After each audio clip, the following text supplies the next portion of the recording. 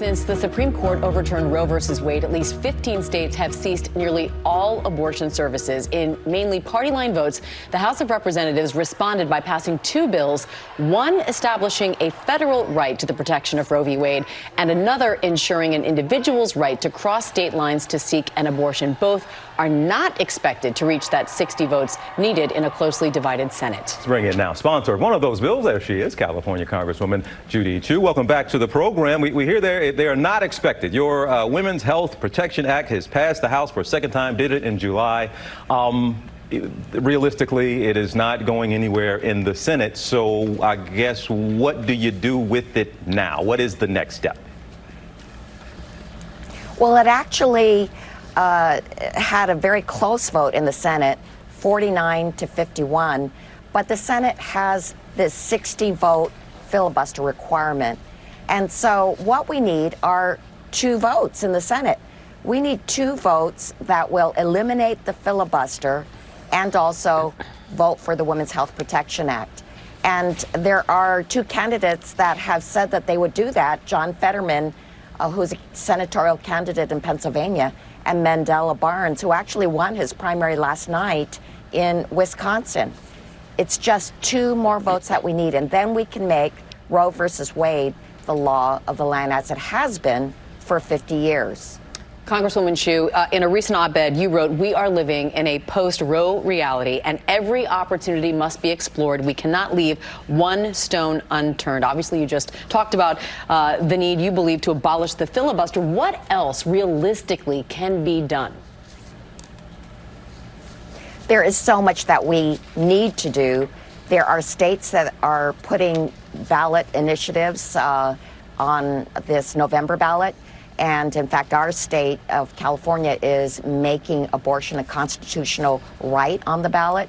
But we also need to protect women's rights to cross state lines and also ensure that women in emergency rooms can get the abortion care that they need regardless of what state they're in, because that is a federal law. We need to make sure that there is access to contraception. And there is a program called Title IX, Title 10 actually, that has guaranteed that right and has fully funded it. We actually need to make sure that it is funded even further, because we know that women will need to depend on contraception in order to ensure that they are healthy and that they can have the freedom to face their futures. So there is much to be done, as well as helping women who may not be able to afford an abortion in their own state. There need to be ways to ensure that they have that ability in other states. And so funds are needed to ensure that they can cross those state lines and can have the hotel and travel expenses covered. Congresswoman, the vote in Kansas, overwhelmingly, voters there wanted to uphold abortion rights. What's the significance, in your opinion, of what we saw in Kansas beyond Kansas? I was so encouraged by the vote in Kansas. The vote was overwhelming. It was an 18-point margin. And this was in a state that is Republican and voted for Trump.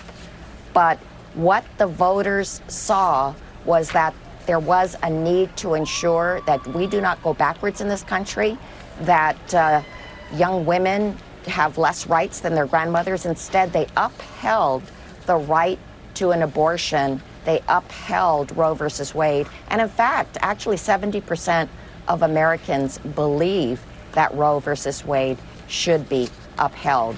So I believe that they reflect the sentiment in this country. Congresswoman Chu, the Inflation Reduction Act, as you know, passed the Senate. It awaits a vote in the House. And among the things it purports to do, it will lower health care costs for families. It tackles climate change. But a lot of opponents say it really isn't going to do anything when it comes to the inflation. We've just got the new numbers actually out, 8.5% for July. Will the Inflation Reduction Act actually reduce inflation? I believe it will. In fact, immediately we will lower costs for Americans. For one thing, there will be rebates and grants for Americans to be able to afford energy efficient appliances and solar panels. and therefore they will be able to lower their utility costs. And immediately there will be a $2,000 cap for seniors who are on Medicare for their prescription drugs, so that they do not have to pay more out of pocket every year.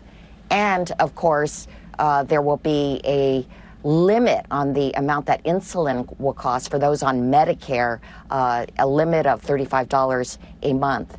It is things like that that will enable Americans to afford to pay their own expenses. And because of that, it will lower inflation for sure.